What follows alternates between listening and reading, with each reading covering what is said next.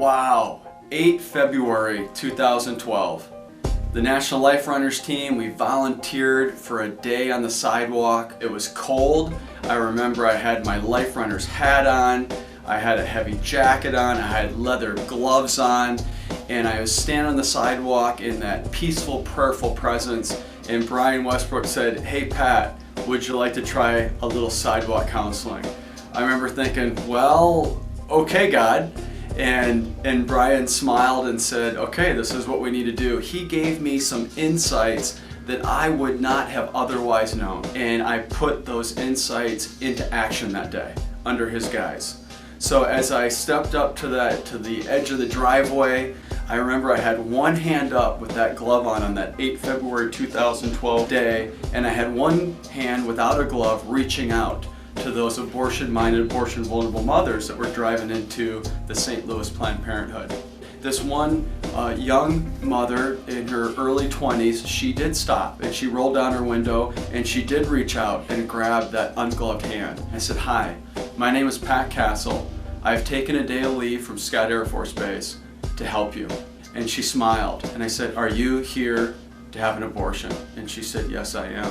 And I said, "You know, have you thought about taking a look at your unborn baby ultrasound?" She said, "Well, I think they're going to do that here." And I said, "Well, they are going to do that here. As a matter of fact, it's going to cost you $180 and they're not going to let you see it." Across the street is the Thrive Mobile Medical Unit, and they will do an ultrasound for free and they'll let you see it, and then you can make an informed decision.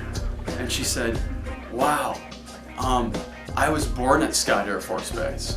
And I said, "Oh, really?" She said, "Yeah, my dad was stationed there." And I said, "Okay, coincidence? I think not. I think you should go look at your ultrasound." She said, "I do too." She drove around, took a look at her ultrasound, had a nice, great handoff with Pat there at Thrive, and I wished her well and I prayed her forward.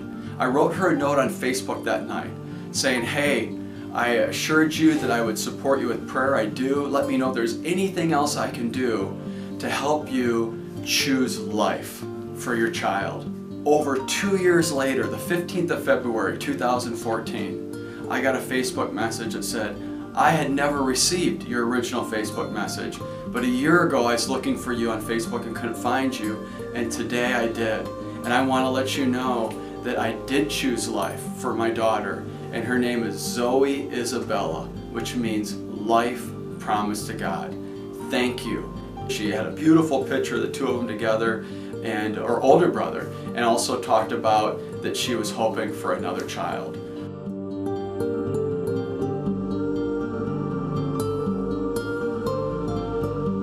So this is the kind of thing where we perpetuate a culture of life forward. Her life was changed that day.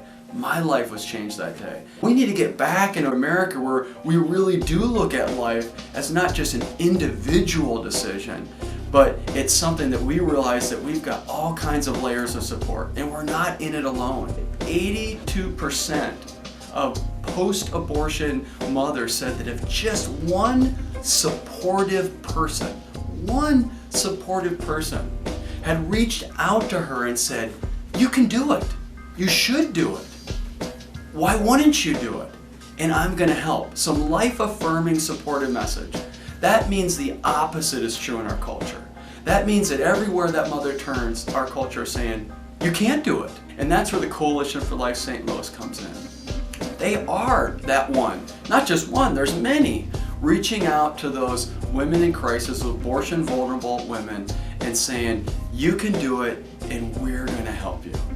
God bless the Coalition for Life St. Louis. God bless them for being that one, for being that many, to push life forward, always forward.